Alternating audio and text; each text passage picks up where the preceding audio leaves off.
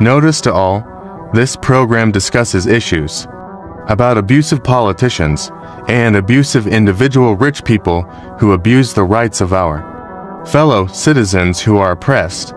This program does not intend to harm anyone. This program is fighting for the rights of our countrymen oppressed by oppressors.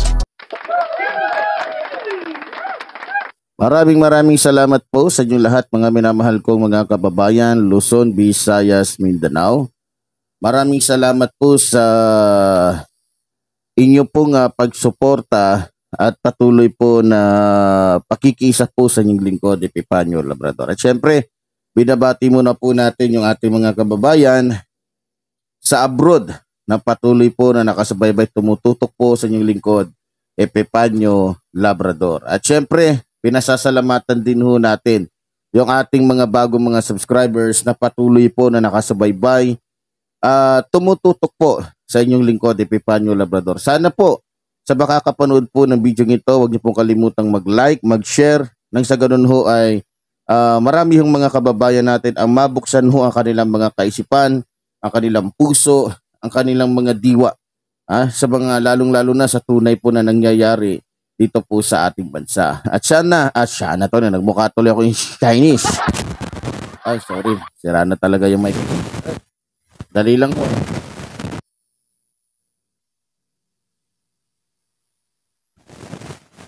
So, dito pa nag-repair. Yan. Mahirap pag mahirap. Lalo pang mahihirapan. Doon sa mga kababayan natin dyan na mayroon pong puso, mayroon pong maluwag-luwag ho, pwede po kayo magpadala ng GCash para ho tayo ay mabago naman yung ating mic. Okay, wag niyo po kalimutan na wag mag-skip ng ads. Nang sa ganun ho, kayo po makatulong sa inyong lingkod, Epifanio Labrador. Okay, sa araw nito mga minamahal ko mga kababayan, may bisita ho tayo. Puro ho ito mga debatidor. Talagang sa itsura pa lang, mukha ng mga hindi magpapahuli ng buhay. Meron po tayong debate ngayon. At ako po ang tatayong anong tawag dito? Hindi naman coordinator ang tawag dito eh. Ano bang tawag dito? Ako ang tatayong referee ng dalawang ito. Baka magkarambulan dito eh. Dahil mainit-init po ang debating ito. Ito po'y patungkol sa isang taong dating naging presidente ng ating bansa na kung saan ay ugod ho ng sama. Pero hindi po ko ang kadebate nito. Ang kadebate po nito, ito po ay sila Ginoong Wangbu at Ginoong Peloso. Ito pong si Wangbu ay si alias Pentalin. At ito naman pong si Ginoong Peloso ay si alias Pilipiniano. Parang Pilipiniana. Sila po yung ating magiging bisita ngayon dahil po sa isang napakahalagang usapin o pagdidibatihan nitong dalawa. Ito pong isa ay sa panig ko, ito pong si Ginoong Wangbu ay sa panig ko ni Duterte. Ito po'y Maka-Duterte. Ito naman pong si Ginoong Peloso alias Pilipiniano ay panigo ng Pilipinas. Wala ho siyang pinapanigan na sino mang politiko. Pero siya po ay pumapanig sa gobyerno. Siya po ay pumapanig sa gobyerno. Yan po, inulit pa no? Yan. So, ang pag-uusapan ho nila, ito po kasi si Ginoong Wangbu alias Pentalin ay may gustong patunayan. Na ayon pa nga sa kanya, sa temang ito po yung tema. Patutunayan ni Ginoong Wangbu alias Pentalin na makabansa si dating Pangulong Duterte at tunay nakakampi ng gobyerno. Uulitin ko. Patutunayan ni Ginoong Wangbu alias Pentalin na makabansa si dating Pangulong Duterte at tunay na kakampi ng gobyerno. Na kung saan po wawasakin naman ni Ginoong Peloso alias Pilipiniano ang paniniwala at sinasabi ni Ginoong Wangbu alias Pentalin. Dahil po ako ang tatayong referee sa dalawang ito, syempre ho, kapag nagsasalita ho itong isa, bibigyan daan ho natin itong isa para marinig ho ng maayos ng ating mga kababayan. Hindi ho ito katulad ng debate na pwedeng sumingit. Patayin muna po natin yung mic ng isa para mas marinig ho natin. Mahirap po kasi yung debating nagkakasalungat agad, ang gulo. Pero dito po maliwanag na debate ho to para ho lamang mapatunayan at masaksihan ng ating mga kababayan ang katotohanan. Araw-araw na ho ito, magkakaroon ho tayo ng mga debate dito. Debate sa grupo ho ni Digongyo at sa grupo ng mga taong makabansa. Okay. So bago ang lahat, pinapakilala muna natin si Ginoong sino ba unahin natin sa dalawa? Etong si Ginoong Peloso alias Pilipiniano. Yan po siya. So Ginoong Peloso alias Pilipiniano, bumati ka muna sa ating mga kababayan. Alay, magandang araw ho sa inyong lahat. Ako nga po pala si Ginoong Peloso alias Pilipiniano. Abay, gusto ko lang ho na malaman ng mga kababayan natin yung katotohanan. Abay, sinasabi ng loko ni Ray. Abay, sabi niya makabansa daw itong si Digongyo. At talaga daw ito ay talagang hindi kalaban ng nasa gobyerno o hindi kalaban ng gobyerno. Ay patutunayan ko sa iyo, Dudong. Abay, niloloko mo mga tao O yun lang ho sa iyo, ka-EP. Yun lang ang aking masasabi diyan kay Wangbu. Kaya mamaya humanda ka. So yun po mga minamahal ko mga kababayan, medyo parang nakakatakot to itong si Pilipiniano Mukhang palaban, mukhang talagang gusto niyang patunayan dito kay Wangbu na mali siya. Kaya pinagbantaan pa agad, mamaya ka lang. Mukhang maganda ho ang magiging laban na to. Ngayon naman po mga minamahal ko mga kababayan, bigyan po natin ng daan. Itong si Wangbu, Wangbu alias Pentalin. Bumati ka muna alias alias Pentalin. Magandang hapon. Magandang araw, magandang udto. Udto naman hinoon. Sa tanang mga namate na labi na sa mga Bisaya. Arakatumpong ko, karikintong kung konto-konto. Arakachingkong, magkagkongkong, ang tikongkong. Kasabot mo. Wa sila kasabot. Ang wa kasabot, magbagot-bot. Onya, magtagalog lang ko siguro ka, Epe. Basig din sila kasabot.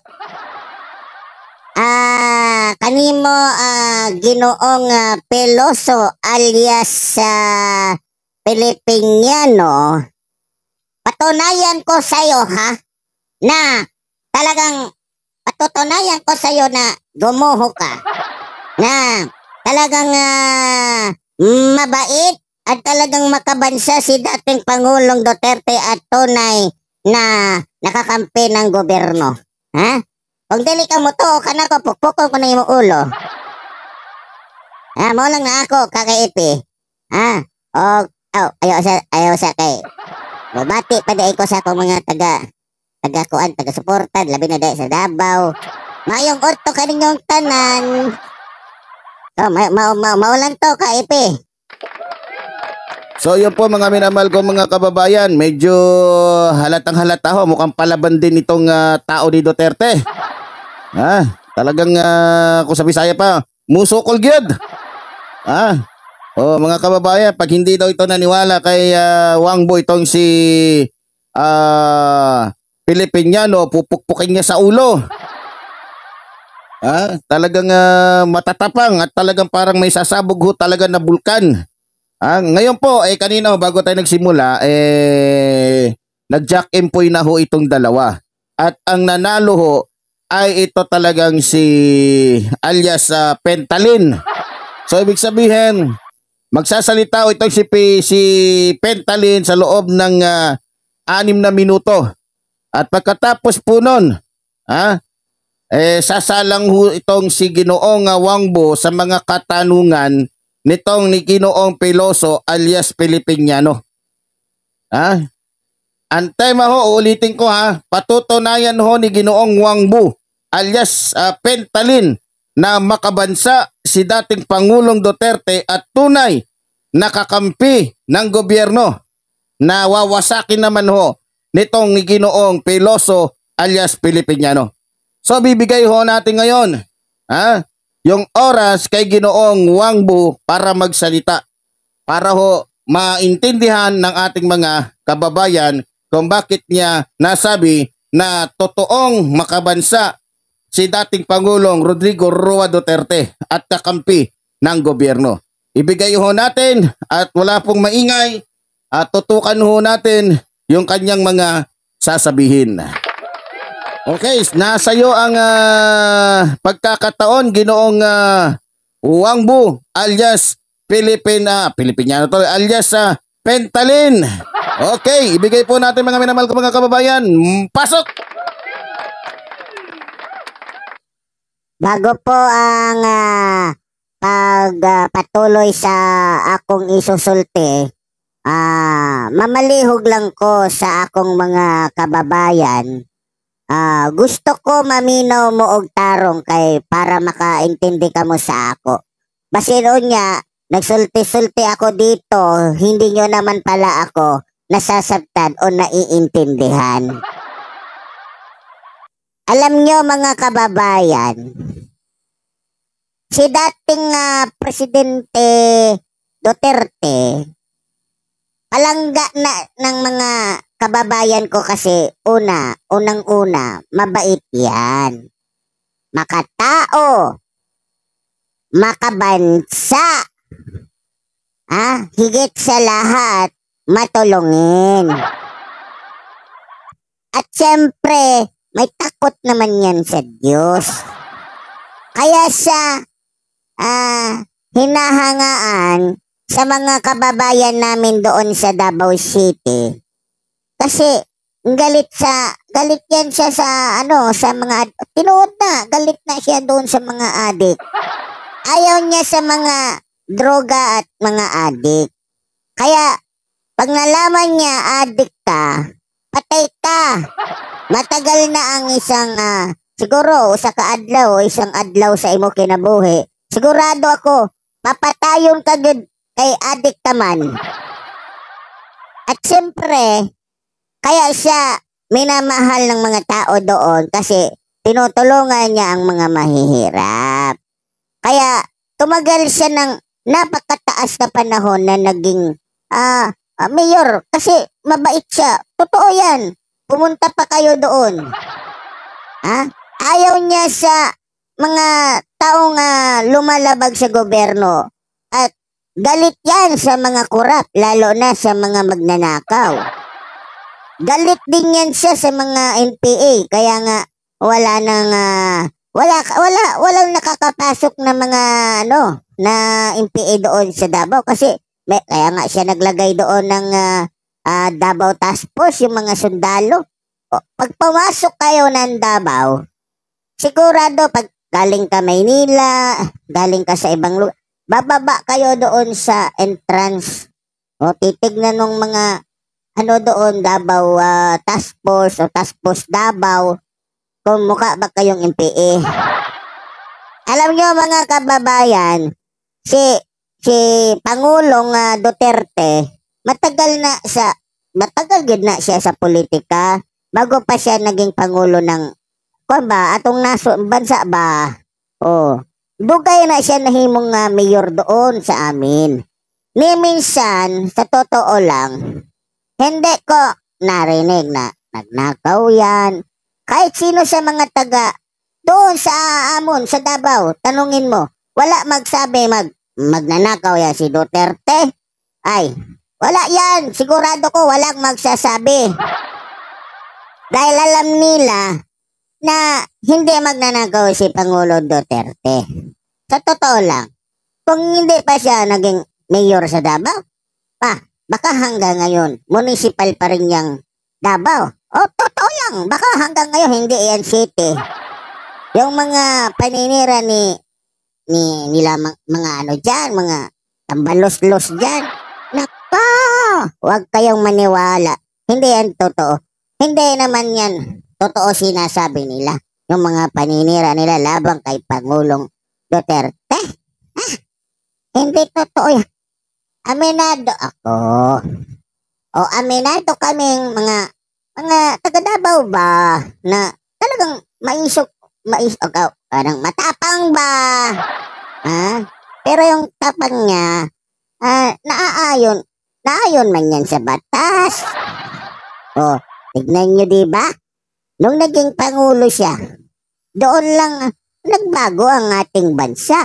Diba? Nabago yung ating bansa. Lahat halos ng adik, paktay. Halos walang natira. Lahat ng drug lord, pinahuli niya. Patay yung mga protektor. Yung mga protektor na mga opisyal ng PRP at AFP, pinatawag niya. Halos lahat ng opisyal ng gobyerno, korap. Yung mga korap, kinalaban niya. Hindi niya hinayaan maghari ang yung mga budol-budol diha ba, yung mga katiwalian ba, lalo na sa iya kabinete, mga kawatan diha. Walang korap sa kabinete niya. Lahat tapat, walang kahit isa ang magnanakaw hanggang sa huling araw. Hanggang sa huling araw niya, pinaglingkuran niya ang buong bansa. Sa pagbaba niya. Pagbaba niya, talagang nag-iwan siya ng isang alaala na hindi malilimutan ng ating mga kababayan. Dahil sa kanya, nagbago ang bansa. Di ba?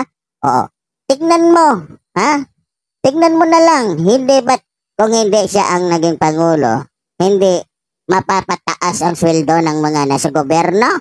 Lalong-lalo na yung sweldo ng mga pulis at saka militar? May nakagawa ba nun? Wala! Kaya mga kababayan, huwag kayong maniwala sa mga paninira ng mga taong naiinggit lang yan sa mga Duterte. Bago ko tapusin ng aking salaysay, uulitin ko, mabuti tao si Pangulong Duterte, kakampi ng Diyos at ng ating gobyerno. Yan lamang po mga kaigsuunan.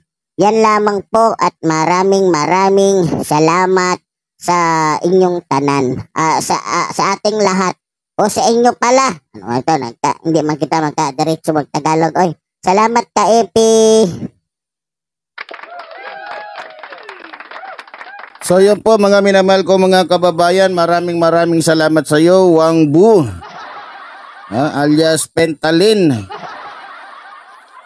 So ngayon naman po mga minamahal ko mga kababayan, hindi na ho natin patatagalin at bibigyang pagkakataon naman ho natin itong si Ginoong Pilipiniano, o itong si Piloso alias Pilipiniano, para tanungin ho at isigurado na ang sinasabi nito ni Ginoong Wangbo ay totoo.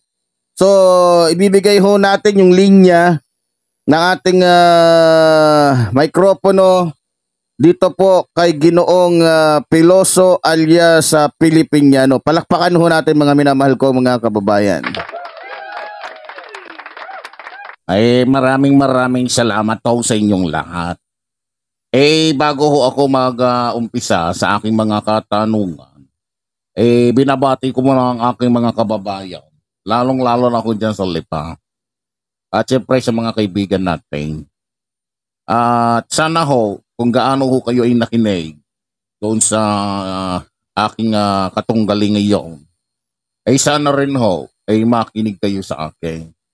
Para naman ho, mapatunayan ko rin dito sa aking tinatayuan na yung kanyang mga sinasabi ay puno ng sabihin na natin ng direktyaw ng kasinungalingan. Ang gusto ko lang na maging sagot nitong ni Ginoong Wangbo, kung tatayuan ba niya talaga yan at hindi niya ia-atras yung kanyang mga sinasabi. Para pag sinabi niyang paninindigan niya, ay doon ko po ilalabas yung mga kasinungalingan niya. Pero iisa-isahin ko muna ho para humaintindihan ng ating mga kababayan at maunawaan at para din ho mapatunayan natin na mali ang kanyang sinasabi at niloloko lang niya ang mga tao. Ngayon, ito po ang aking unang tanong. Sabi ho baga, wala ho akong problema doon pala.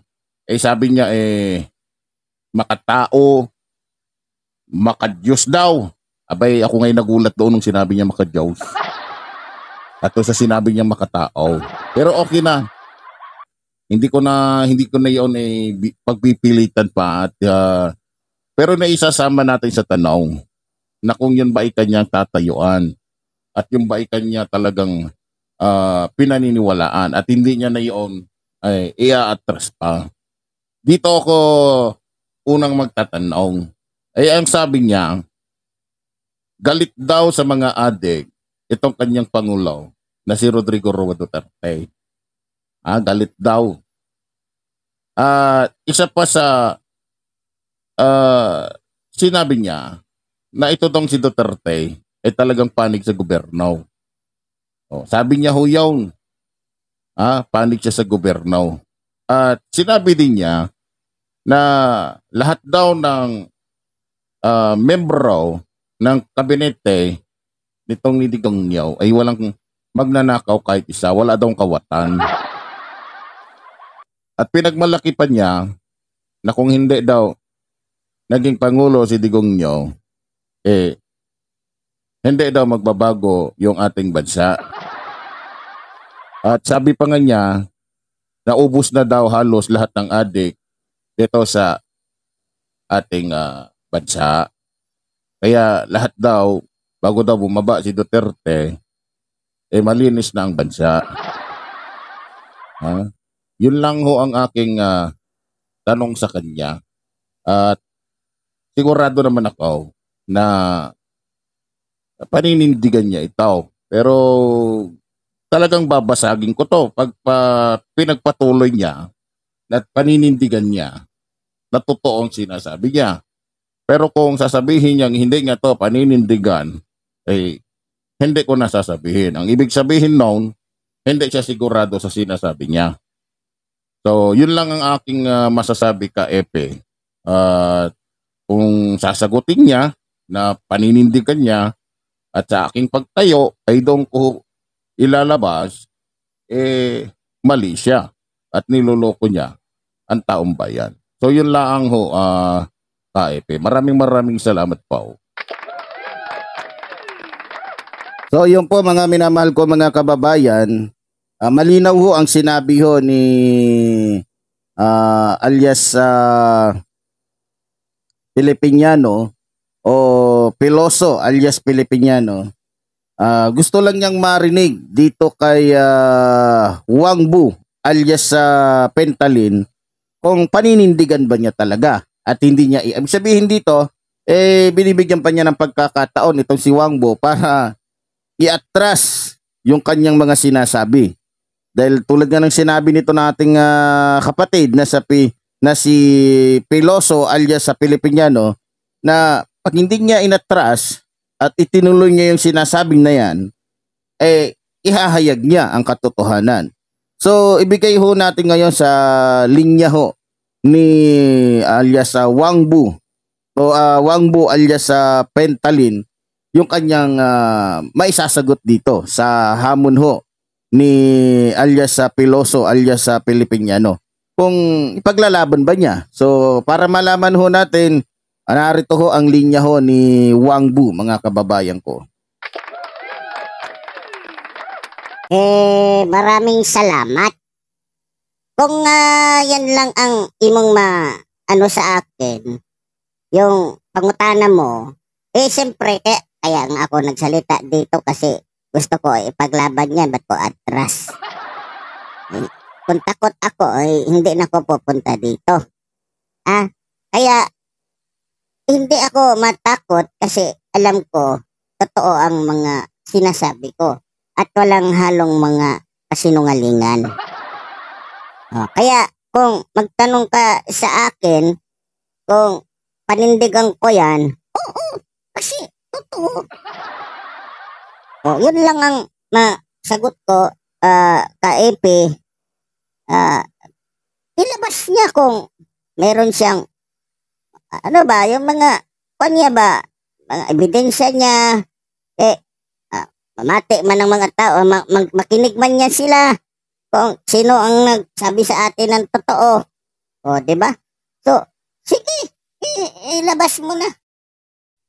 So, yun po mga minamahal ko mga kababayan, wala tayong magagawa. Talagang gusto nito ni Wang Bu na magsalita itong si Ginoong Piloso alias Pilipiniano. Bibigay na ho natin, hindi natin patatagalin, bibigay na ho natin yung linya dito ho kay Pilipiniano. Nang sa ganun ho, yun nga, hinamon siya ni Wang Bu na kung kaya niyang patunayan na mali sinasabi ni Wang Bu, edi ilabas niya.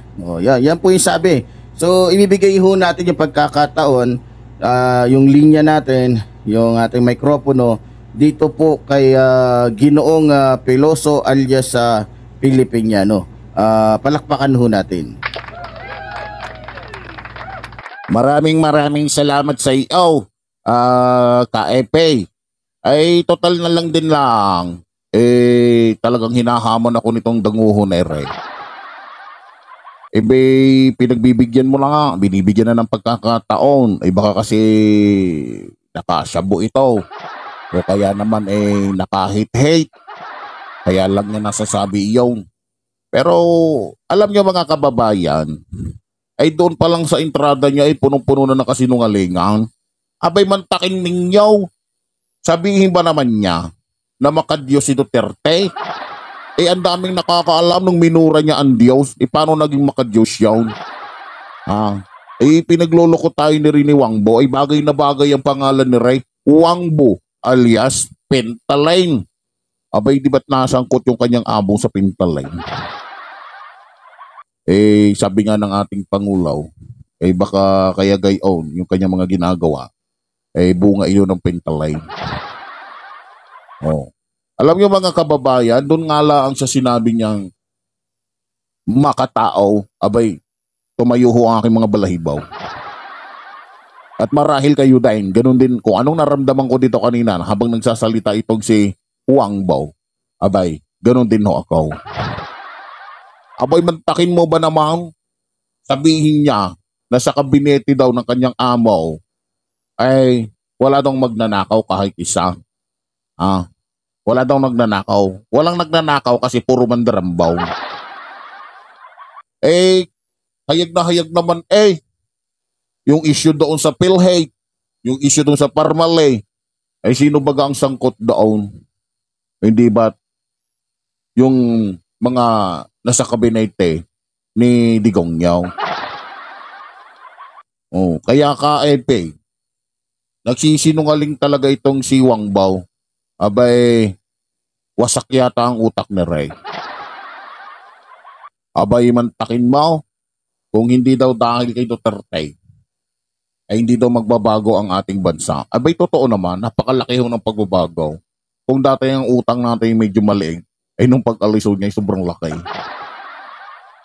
Yung po ako believe na believe. sa lahat po na naging presidente, times 10 yung kanyang inutang. Totoo naman ang kanyang sinabi. Isa pang sinasabi niya, ay siya. Sabi niya baga kakampi daw ng gobyerno, si Digong niyaw. Hindi ba't napanood natin yung palabas ni, yung dito sa channel mo, KFA, yung nagsisisigaw itong si Sara Bulate at yan si Digong niyaw ng mabuhay ang MPA. Abay, yan bang kakampi ng gobyerno? Kalinaw-linaw nun bulag na lang siguro magsasabi na hindi yun totoo. Boses ni Sara yun Kahit hindi mo makita si Sara doon dahil doon nga sa gilid, yun ang yun ang humawak ng cellphone nung araw na yung kanyang ama nagsisisigaw doon mismo sa kampo ng MPA na mabuhay ang MPA. Abay, paano mo masasabi na yan ay kakampi ng gobyerno?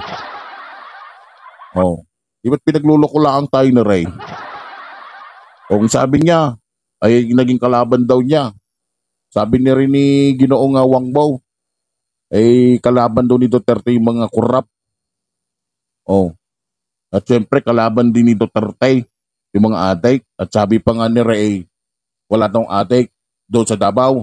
Kaya pala, viral ngayon yung sinasabi ni Colonel Siertao na kung saan natuklasan doon yung mga laboratorio ng Siabaw. Abay, niloloko tayo ni Ray, mga kababayan. Sabi pa niya, dahil sa kanya, dahil daw dito sa amo niya na si Digong niyaw, ay nabago daw ang bansa, wala ng adik. Walang adik, puro drug lord naman ang natira. Kagaya ni Paulo Duterte, kagaya nilang mag-aama, kagaya ni Tebes at iba pa. Abay, pinagmalaki pa niya yung mga opisyal daw ng gobyerno. Ng mga protector ay pinatawag lang. Pero hindi niya pinakulong. Hindi niya pinapatay. Mga kababayan, siguro naman, alam niyo ang katotohanan. Biro niyo, kung di ba naman may sapak sa ulaw, ay hindi na pangulaw, gusto pa maging pangulaw. May balita ako nga, ay magkakaroon na naman ng rally yan sa Sibaw. Itong mga darating na araw. Magrarally na naman daw doon para manghikayat ng mga tao. Abay, may sira nga sa ulaw. Mga kababayan, pinagmalaki niya na malaki daw ang naiambag o naitulong ng kanyang pangulaw. Ano bang naambag ni Duterte? Hindi ba't puro takaw? Kahirapan, pangamba. Anong maganda doon? Nag-iwan daw ng hindi malilimutang alaala. Talaga, naaalala ko talaga yung kanyang mga naging kalupitan na kung saan maraming mga inosente ang nasaktan. Maraming mga inosenteng tao ang namatay. Maraming mga inosenteng tao ang naghirap dahil sa kanilang pagnanakaw. Yan ang katotohanan. Abay, niloloko lang tayo ng tao ni Re. Ano kaya ang ginagawa nito araw-araw? Siyempre, tayo naman, talagang makabansa, kaya hindi natin nahayaan na magsalita yung mga katulad nito. Kailangan binabarayan. Nang sa ganon, hindi sila makapandaya, makapanloko ng mga tao. Alam mo ho, KAP, sa akin lang ho, kailangan ho talaga may mga katulad ninyo na nagsasalita at nagsasabi para sa katotohanan. Kasi pagka ito ay hinayaan lang natin, maraming maliligaw itong mga taong ire. Kaya maraming nagpapasalamat kasi may isang Epipanyo Labrador na katulad mo. At siyempre dahil sa iyaw, ay naglakas na rin ako ng loob. At sana doon sa mga kababayan natin, sana ay maging halimbawa natin si KFA. Niloloko lang tayo ng mga damuhong ire. Sabi pa niya makatao daw. Kung makatao, bakit ganun ang nangyari? At sabi pa niya, ay sumusunod daw sa batas. Lahat daw ng ginagawa ni Duterte ay ayon sa batas. Abay nung sinabing niya yun, ay halos nahulog ako sa bangkaw. Halos nalimutan ko na ang hawak ko pala'y kape. Nalimutan ko isang basong kape ang aking hawak. Kaya iyon, napaslot ang aking tuhog. Sino ba namang hindi magugulat nung sinabing si Duterte nasunod sa batas? Aba, kung nalalaman nyo laang kung papaano niya binastos, papaano niya tinapakan, binaboy ang batas na mayroon tayo din sa ating bansa, abay. Talagang masasabi mo na sira ulo itong si Wang Bao. Nagsasabi ng mga kung ano-ano, hindi naman totoo. Diba? Kaya KIP, mabuti na lang at na mayroon kayong programa katulad ni Ray. At dito, malalaman yung mga katiwalian. Salamat at alam ko na ang programa mong ito ay magiging tulay para malaman ng ating mga kababayan ang katotohanan. At salamat sa iyo, KIP. At yun lang ang aking masasabi. At sana, doon sa mga nanonood ngayon, alam nyo na kung sino nagsasabi sa amin ng totoo. Lalong-lalo yung sinasabi nito ni Wang Bao. Ay, pinakasyabo yata itong taong ito. Sa itsura pa lang ay hindi na magpapahuli ng buhay katulad ng kanyang amaw. Kaya maraming salamat po sa inyong lahat. So yun po mga minamahal kong mga kababayan, maraming salamat po sa inyo. At siguro naman alam na ninyo kung sino ang nagsasabi sa kanila ng totoo at sino yung inyong papanigan. Alam naman po ninyo. So dito ho, binibigyan ho natin ng pagkakataon na magsalita yung kabilang panig. No? So kayo na po ang makakakita kung sino sa kanila ang nagsasabi ng totoo. Kaya mga kababayan ko, muli po abangan ninyo mayroon pa po mga debate pa na mangyayari ho dito sa ating YouTube channel. At abangan nyo ho, marami hong topic, marami hong pag-uusapan dito at pagtatalunan ng magkabilang panig, yung panig ng mga Duterte at siyempre yung mga Pilipino hong panig sa gobyerno. Kaya mga minamahal ko mga kababayan, maraming salamat, lalong-lalo na sa iyo, Ginoong Peloso alias Pilipiniano. At siyempre sa iyo din, Ginoong Wang Bu alias Pentalin. Maraming salamat sa iyo. Kaya bahala na ho kayo tayo dito ay gumingit na lamang. So kayo na po ang nakakaalam kung sino po ang nagsasabi sa dalawang ito ng totoo. Muli po, tulad po ng sinasabi ninyong likod, mabuhay ang ating inang bayan, mabuhay ang nagmamahal sa ating inang bayan. Maraming salamat po.